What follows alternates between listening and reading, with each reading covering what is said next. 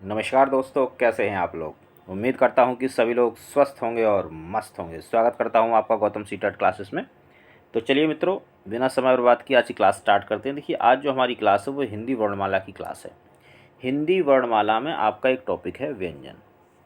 एक चीज़ दोस्तों आपको बताना चाहता हूँ कि जो जितनी भी प्रतियोगी परीक्षाएँ होती हैं, चाहे वो DSSB का कोई सा भी एग्ज़ाम हो, TGT, PGT, PRT, nursery teacher, super TET, TET, KVS, कुछ भी हो, XYZ, पुलिस का कोई एग्ज़ाम हो या किसी भी चीज़ का एग्ज़ाम हो जिसमें हिंदी व्याकरण अगर आता है तो आप ये मान के चलिए कि हिंदी वर्णमाला में से कम 3-4 प्रश्न जरूर आएंगे। और स्वर तथा व्यंजन, इसका मैंने विस्तार रूप से बिल्कुल बहुत अच्छे तरीके से समझाते हुए क्लासेस बना रखी हैं। और वो क्लास आपको कहाँ मिलेंगी? वो मिलेंगी हिंदी व्याकरण की एक प्लेलिस्ट है चैनल के ऊपर, आप उस पर जाइए, देखिए। आपको हिंदी व्याकरण के सभी वीडियो, सभी क्लासेस बहुत ही विस्तार रूप में मिलेंगे और आपको एकदम समझ में आ जाएगा। विद ट्रिक्स भी बता रखी हैं मैंने। तो आज जो हमारी क्लास होगी उसमें हिंदी वर्णमाला का जो व्यंजन टॉपिक है, इससे संबंधित 25 अति महत्वपूर्ण वस्तुनिष्ठ प्रश्न होंगे। देखिए, पेपर में जब आप जाते हैं तो आपका जो पाला है वो वस्तुनिष्ठ प्रश्नों से ही पड़ता है, इसलिए मैं आपको वस्तुनिष्ठ प्रश्न ही ज़्यादा करवाता हूँ। उसकी आप जितनी ज़्यादा प्रैक्टिस करेंगे उतना आपके लिए ज़्यादा फ़ायदेमंद होगा। तो चलिए मित्रों, क्लास स्टार्ट करते हैं। क्लास स्टार्ट करने से पहले छोटी सी रिक्वेस्ट है, please Gautam CTET classes channel को सब्सक्राइब करके जो नोटिफिकेशन का बटन है आप उसको दबा दीजिए, ताकि आपको हर क्लास का नोटिफिकेशन मिले। क्योंकि अगर आपको नोटिफिकेशन नहीं मिलेगा तो क्या होगा, फिर क्लास छूट जाएगी, और जब क्लास छूटती है तो फिर बहुत कुछ छूटता है दोस्तों। आप लोगों की कोई भी क्लास ना छूटे, इसके लिए नोटिफिकेशन की जो बेल है उसको जरूर सब पुश कर देना, और साथ ही साथ चैनल को सब्सक्राइब भी कर देना। चलिए, पहला प्रश्न आज का हम पढ़ते हैं। हिंदी भाषा में मूलतः वर्णों की संख्या कितनी मानी गई है? 50, 51, 52, 53। तो चलिए मित्रों, आप भी अपना आंसर कर लीजिए, और आंसर करने के बाद लास्ट में कमेंट करके मुझे ज़रूर बताएं कि आपका 25 में से कितना स्कोर आया। इससे आपको भी पता चलेगा कि आपकी कितनी तैयारी है, और मुझे भी पता चलेगा कि मुझे कितनी आपकी और तैयारी करवानी है। तो दोस्तों, इसका आंसर होगा C, 52। हिंदी भाषा में मूलतः जो वर्णों की संख्या है वो 52 है। अगला प्रश्न देखेंगे। निम्नलिखित में से कौन सा टा वर्ग का नहीं है?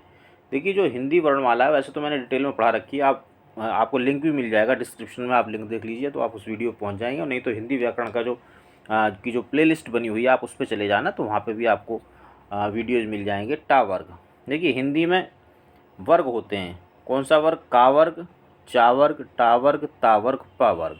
तो वो ये कह रहा है टा वर्ग में कौन सा नहीं आता है? ठा, डा, ढा या गा, घ घर।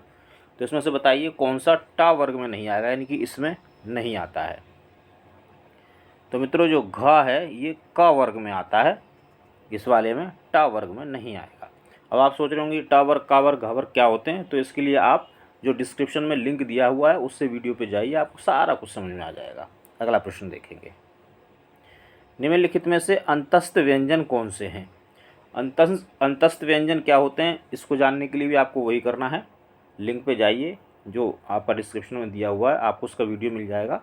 स्वर और व्यंजन दोनों के वीडियो देखिए, 2-3 वीडियो हैं स्वर और व्यंजन के, आपको पूरी तरह समझ में आ जाएगा। फिर हिंदी वर्णमाला का कोई सा भी प्रश्न आए आपका कभी गलत हो नहीं सकता। अंतस्थ व्यंजन है यहाँ पे या। अगला प्रश्न देखेंगे।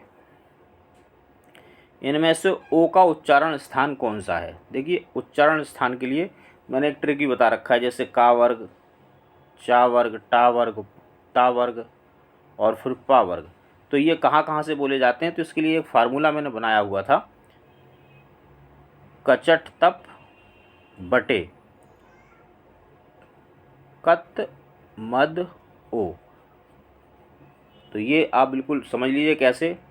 का वर्ग यानी कि कंठ है, चा वर्ग यानी कि तालव्य, टा वर्ग मूर्धा, ता वर्ग दंत्य और पा वर्ग ओष्ठ। तो वो पूछ रहा है कि ओ, ओष्ठ, ओ का उच्चारण कौन सा स्थान है, वो ओ का पूछ रहा है।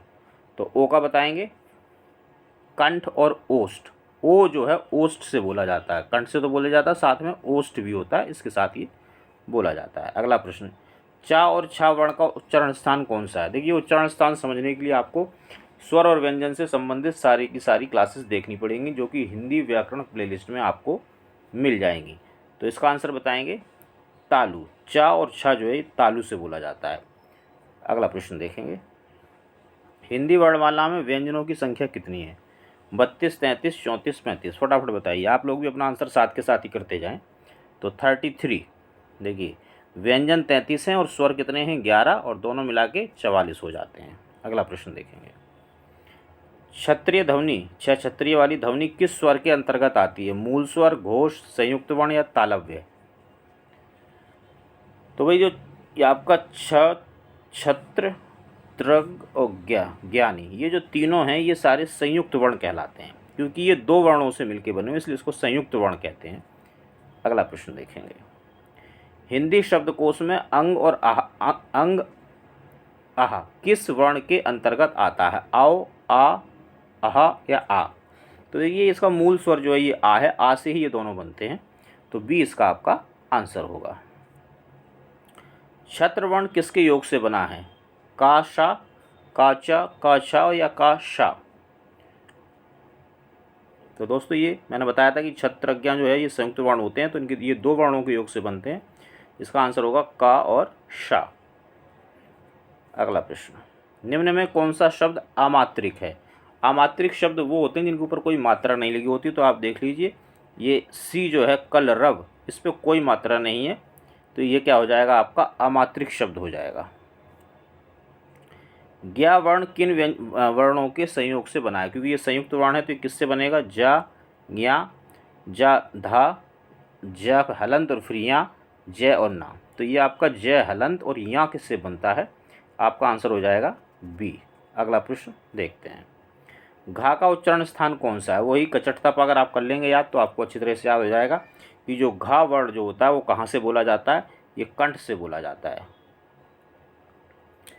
अगला क्वेश्चन देखेंगे, कौन सा वर्ण ओष्ठ नहीं है? ओष्ठ यानी कि जो होठों से नहीं बोला जाता है।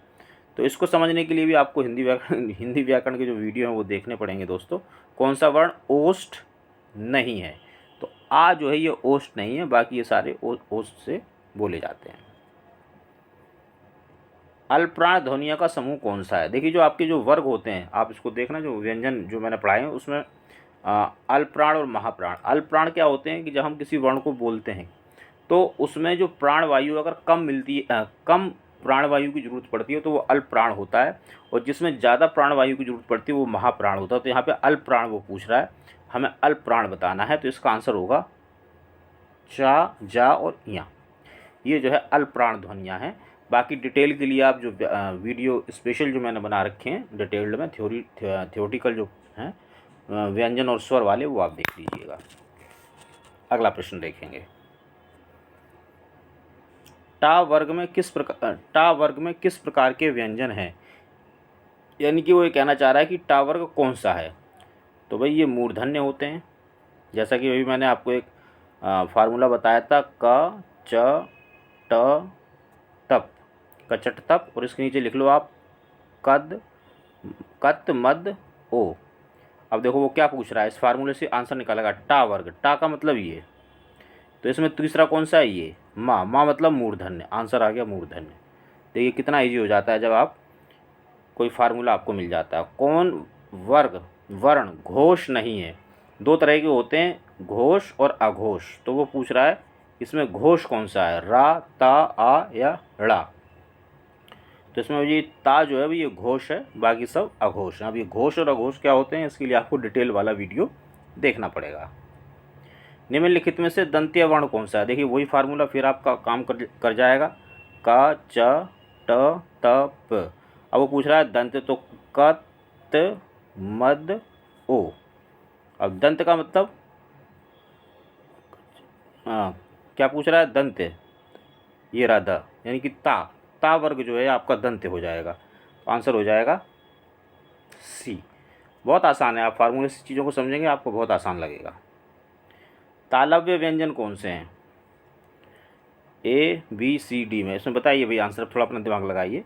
तो देखिए तालव्य के लिए भी वही फार्मूला यहाँ पे जो मैंने अभी बताया था वही लग जाएगा, का, च, ट, त, प, कत, मद, ओ। भाई ये फार्मूला देखो याद भी आपको इसी में हो जाएगा, मैं कई बार लिखवा चुका हूँ।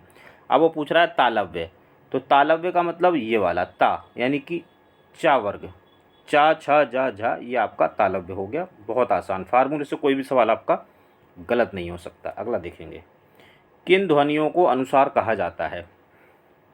ए, स्वर के बाद आने वाली नासिक ध्वनियाँ, स्वतंत्र रूप से उच्चारित ध्वनियाँ, स्वर के साथ आने वाली ध्वनियाँ, या व्यंजन के बाद आने वाली ध्वनियाँ। तो भाई इसका आंसर क्या होगा, बताएं फटाफट। ए, स्वर के बाद आने वाली नासिक ध्वनियाँ जो होती हैं उनको अनुस्वार कहा जाता है। वर्ण शब्द का अर्थ नहीं होता है, नेगेटिव चीज़ पूछ रहा है जो उसमें से नहीं है इन तीनों में से। रंग, वर्ण का मतलब रंग होता है, वर्ण का मतलब जाति होता है, वर्ण का मतलब अक्षर होता है, आकाश नहीं होता है, तो आकाश आपका इसका आंसर हो जाएगा। अगला प्रश्न देखेंगे, घा का उच्चारण स्थान कौन सा? देखिए फिर वही वाला फार्मूला लगाइए तो आपको फटाक से आंसर पता चल जाएगा कि कंठ जो है इसका आंसर होगा। उस फार्मूले को यूज़ करना इस वाले क्वेश्चन में, फिर देखना कि बिल्कुल सही बैठता है या नहीं। अगला प्रश्न देखेंगे, भाषा की सबसे छोटी इकाई क्या कहेंगे? शब्द, स्वर, व्यंजन या वर्ण? तो आंसर होगा आपका डी, वर्ण। वर्ण जो होता है, अक्षर जो होता है, वो भाषा की सबसे छोटी इकाई बोली जाएगी।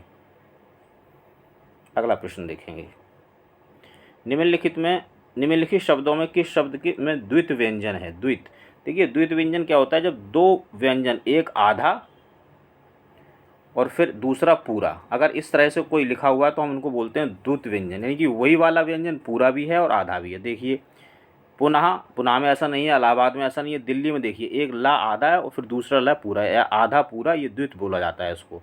तो ये आंसर हो गया आपका दिल्ली। अब उत्साह में एक आधा है और एक पूरा है, लेकिन ये दोनों अलग अलग हैं उत्साह में, जबकि दिल्ली में एक ही शब्द पहले आधा है फिर पूरा है, तो वर्ण एक आधा है फिर पूरा है, तो ये आपका द्वित व्यंजन बोलते हैं इसको। का, ग, ज, फ ध्वनियाँ किसकी हैं? संस्कृत की, अरबी, फारसी, अंग्रेजी या दक्षिण भाषाओं की? तो इसका आंसर आपका हो जाएगा अरबी और फारसी से ही ले गई। इनको आगत ध्वनियाँ कहते हैं, आगत ध्वनियाँ। बाकी आपको अगर डिटेल में समझना है तो स्वर और व्यंजन वाले जो डिटेल्ड वीडियो हैं उनको आप प्लीज़ देखिए हिंदी व्याकरण वाली प्लेलिस्ट में। जिन शब्दों के अंत में आ आता है उन्हें क्या कहते हैं? अनुस्वार, आयोगवाह, अंतस्थ या अकारांत? तो भाई आंसर बहुत आसान है, अकारांत। आ आता है ना, इसलिए अकारांत। तो मित्रों ये क्लास थी, उम्मीद करता हूँ क्लास आपको पसंद आई होगी। अगर पसंद आई हो तो चैनल को सब्सक्राइब जरूर करें। और 25 में से आपके कितने आए हैं, कितना आप पानी में खड़े हैं, ये मुझे ज़रूर बताएं कृपया। बाकी मित्रों अगर आपकी किसी भी तरह की क्वेरी है टीचिंग एग्ज़ाम से रिलेटेड, तो आप मुझे इस नंबर पे व्हाट्सएप के माध्यम से कांटेक्ट कर सकते हैं, मैं आपका आंसर ज़रूर दूंगा। चैनल को सब्सक्राइब, लाइक, कमेंट और शेयर ये सब चीज़ें करते रहिए, जिससे कि और बच्चों का भी भला हो। मित्रों मिलेंगे अगली क्लास में, तब तक के लिए आप स्वस्थ रहें और मस्त रहें, ऐसी मैं ईश्वर से कामना करता हूँ।